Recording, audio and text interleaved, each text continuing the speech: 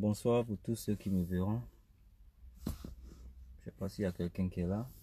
Je sais pas si vous avez appris l'accident qui s'est déroulé à Angers. En fait, je devais faire sortir une vidéo. Cet accident-là me fait mal au cœur. Me fait mal au cœur parce que je suis quelqu'un de sportif. Je fais beaucoup le sport. Et voilà que j'ai lu sur les réseaux sociaux. Un père, sa femme et leur fils sont décédés quand ils étaient en train de faire du jogging. Voilà, c'est triste. C'est triste parce que pendant que certaines personnes essaient de se créer une santé, de faire du sport pour avoir une bonne santé, d'autres personnes qui sont vraiment très, excusez-moi du terme, bêtes, si je le dis, parce que voilà, je m'en fous. Des personnes qui sont bêtes, des personnes idiotes, ont eu à boire de l'alcool, et puis voilà, ils vont pour tuer toute une famille. C'est vraiment écœurant. Vraiment écœurant de savoir que des gens qui en 2020 boivent de l'alcool, ils sont pas à mesure de conduire et ça prend le volant de la voiture et à une vitesse pas possible. À une vitesse pas possible. Et quand ça vient d'un pays qui est la Côte d'Ivoire, ça m'a vraiment choqué aujourd'hui. Pas que c'est le premier accident et tout ça, mais ça m'a choqué personnellement parce que quand je suis parti à Abidjan la dernière fois, moi et mon frère, on a eu à même arrêter un homme. On a stoppé un homme qui était ivre au volant. L'homme, il était ivre. Ah, je te dis, ivre de chez ivre au volant. C'était au complexe. Au fait, on le suivait depuis le complexe à Yopougon. Yopougon-Selmer, on le suivait depuis le complexe. Et on a essayé d'arrêter ce type-là. On essayait de tout. On a essayé d'arrêter ce type depuis le complexe. Hein. Au fait, moi je dis complexe, depuis Bel Air, pardon. Depuis Bel Air, on essayait de conduire rapidement pour le barrer. Au fait, pour ne pas qu'il continue de conduire parce qu'il conduisait tellement mal. On était sûr que ce monsieur avait bu de l'alcool. Donc, on voulait juste conduire plus vite que lui et aller l'empêcher de continuer son chemin. Mais malheureusement, avec la conduite qui est tellement mauvaise, la conduite est tellement mauvaise et dérisoire à Abidjan que on a eu que la chance de la voir au sapeur-pompier. Ouais, au sapeur-pompier.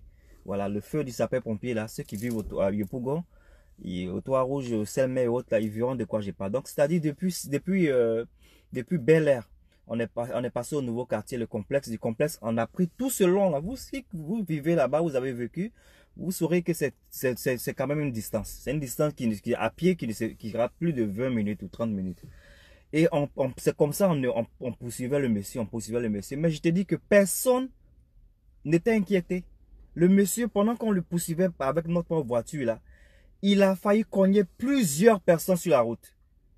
Mais les gens juste sautent et ça passe de gauche à droite. Ça juste saute, ça passe de gauche à droite.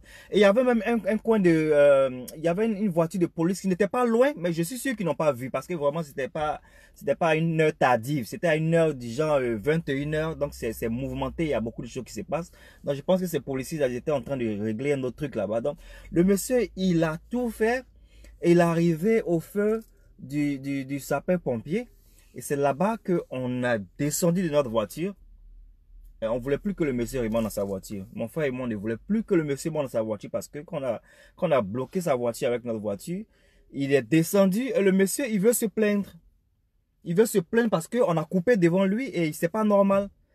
Donc, les gens ont commencé à sortir et nous, on lui a demandé de donner la clé de la voiture qu'il ne voulait pas donner. On a essayé de le forcer et faire ce qu'on pouvait faire pour essayer d'attirer peut-être les policiers à venir. On regardait de gauche à droite. Moi, je ne connais pas le numéro de la police à Abidjan. Moi, je ne connais pas. Donc, je disais à ceux qui étaient à côté, appelez la police, appelez la police. Mais c'était comme si on parlait à des gens qui ne comprenaient pas ce qu'on disait. C'est clair que bon, parfois à Abidjan, je parle l'anglais, donc c'est clair que voilà, parfois l'anglais ça sort sans que je veuille, mais je parle français. Donc si je parle l'anglais, je me contredis après, je parle le français pour que la communication passe. Mais je vous dis que rien ne se faisait entendre par les gens. C'est comme s'ils avaient vu deux personnes qui se battaient avec. On sait même pas, on se battait même pas. En fait, même c'était pour protéger la vie des gens. Mais c'est comme si, eux, ils se disaient comme si, pourquoi nous on se fatigue? Au fait, c'était ce que moi je peux conclure avec ce que je voyais sur leur visage. C'était comme si, pourquoi on se fatigue? Parce que c'est comme s'ils sont habitués à ça. Ils sont habitués à ça, c'est pas quelque chose de nouveau.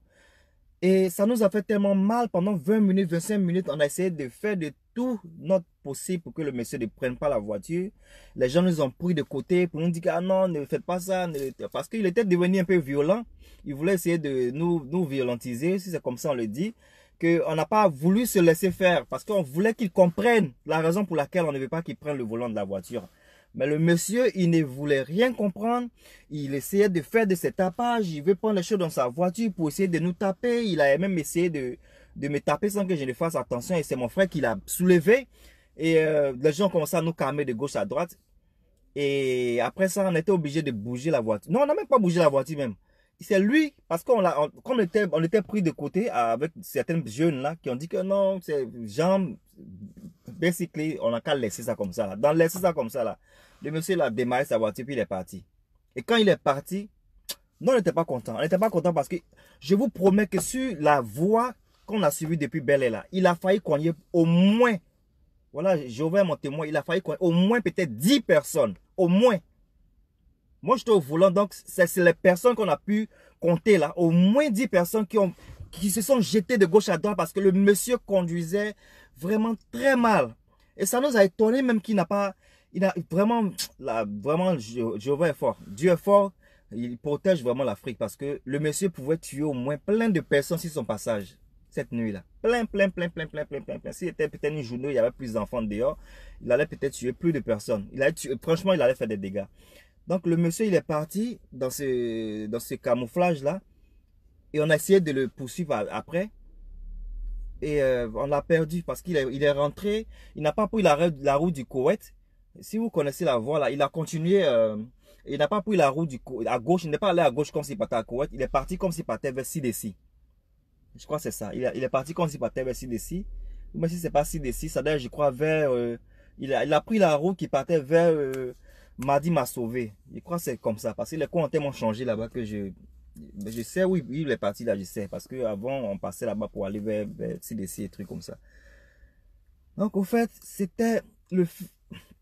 Je suis énervé parce que il y a beaucoup de choses qui se font passer, qui se passent à Abidjan.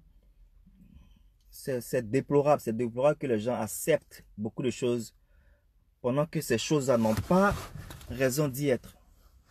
Ce monsieur-là, on était deux à se battre pour que le monsieur ne prenne pas le volant.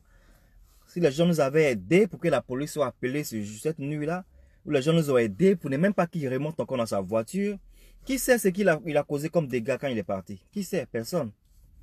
Peut-être il a tué quelqu'un là-bas, peut-être il a cogné qui, on ne sait pas. Et on ne saura jamais parce que voilà, il n'y a rien qui se fait contrôler. Voilà, personne ne paye des amendes, personne ne paye des prix. Si jamais il y a quelque chose qui doit se faire, la justice, qu'est-ce que la justice fait quand il y a des choses comme ça qui se passent? Les choses qui se passent comme ça, si ça continue, que la justice ne fait rien, mais ça devient maintenant comme une norme. Une norme, c'est comme quelque chose de normal. Il y a rien de nouveau. Et c'est déplorable parce que c'est des vies humaines qui partent. C'est des vies humaines qui partent et ça peut être tout le monde. Ça peut être tout le monde. Le fait qu'on vient ici pour prendre nos caméras pour des fois parler des choses qui sont bonnes et des choses qui ne sont pas bonnes, c'est parce que les choses arrivent à tout le monde. Et ça peut être toi, ça peut être moi, ça peut être tout le monde. Et on peut éviter certaines choses. On peut éviter certaines choses. Toi, tu as bu de l'alcool. Pourquoi tu penses que tu dois prendre ta voiture, tu dois te mettre au volant de ta voiture pour conduire? Pourquoi tu penses ça? Pourquoi tu peux pas prendre peut-être un taxi ou ben je sais pas quoi? Si tu voulais conduire, mais il ne fallait pas boire alors. Maintenant, la dame, elle est décédée. Le monsieur, il est décédé et oh, c'est pas possible. Des personnes qui sont intellectuelles comme ça, mourir à cause de vous, des idiots. Parce que si vous n'êtes pas idiot, vous n'allez pas faire ce que vous avez fait. Franchement. On boit tous de l'alcool, mais quand tu sais que tu arrives à un niveau où tu peux pas, mais attends quoi. Et que tu es en Afrique encore en plus, où vous sortez de n'importe où là, de chaque rue, vous sortez, les gens sortent de chaque rural, et tu vas te permettre de filer comme ça sur les routes. C'est quoi ça? Franchement, j'espère que ça va. Bon, je suis sûr même que ça va pas servir de leçon à qui que ce soit parce que il y a eu tellement d'accidents ici que je viens de voir. J'ai vu tellement d'accidents ici. Tellement d'accidents que si ça ne change pas, c'est que c'est parce qu'il y a rien qui se fait changer au fait au fond. Parce que ces gens, les personnes là, ils doivent payer ce qu'ils doivent payer. Je sais pas quelle est la justice à Abidjan par rapport à ces gens de crimes. Et ben, voilà, il faut que ça serve de leçon. Ces gens de personnes doivent être vraiment conduits devant la justice. Comme ça, justice est faite. Et les gens prennent conscience que donner les permis de conduire à qui que ce soit, c'est comme donner un pistolet ou un couteau à n'importe qui. Ok? Parce que la voiture qui est là, c'est comme un weapon. It's like a weapon. It's just, you know, tu donnes le weapon, c'est une arme. Tu donnes le permis à quelqu'un. La personne a une voiture, mais c'est une arme que la personne a dans sa main. Donc, vraiment, moi, on n'a pas beaucoup de choses encore sur cet accident. Mais j'ai vu ça, je me suis dit, il faut que j'en parle à ces 3 personnes ou 4 personnes qui me regardent, 5 personnes qui me regardent, pour sensibiliser ces 5 ou ces 4 personnes qui me regardent, pour leur dire que quand vous buvez de l'alcool, laissez vos voitures si vous conduisez. Please. Parce que ce qui arrive aux autres peut arriver à tout le monde. Ça peut arriver à tout le monde. Voilà aujourd'hui une famille qui est partie comme ça. À cause de toi, ta petite bière d'alcool. Est-ce que tu penses que tu vivras même en paix avec un truc comme ça que tu as commis? Tu as tué 3 personnes. Tu as tué 3 personnes. Et tu penses que tu dois vivre comme ça librement dans la rue?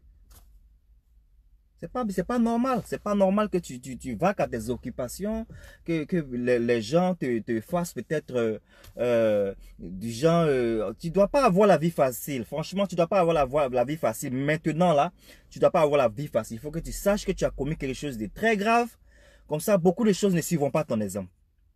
Faut pas que les gens suivent ton exemple parce que si on te laisse passer parce qu'on connaît le commissaire connaît quelqu'un, le policier connaît, c'est le tonton de quelqu'un, c'est l'oncle de quelqu'un, mais c'est comme ça que la médiocrité, elle continue. Parce qu'il faut tuer les gens, il faut faire ceci, cela, et puis quand tu connais un oncle qui est au commissariat, ou tu connais un tonton qui est au palais de justice, et puis bon, tu donnes quelque chose, et puis voilà, la médiocrité continue. Mais c'est pas comme ça, l'Afrique va jamais se développer comme ça. L'Afrique va jamais se développer et malheureusement, c'est des vies qui partiront. J'arrive pas à voir vos commentaires. Je sais même pas si si vous voyez quoi que ce soit. Mais ma vidéo, moi je l'ai fait. Celui qui le regarde après, voilà. Voilà, moi c'est ce que je voulais dire ici. C'est pourquoi je suis ici. Je vais essayer de voir qui était là. Si je raccroche, voilà, c'était mon coup de gueule.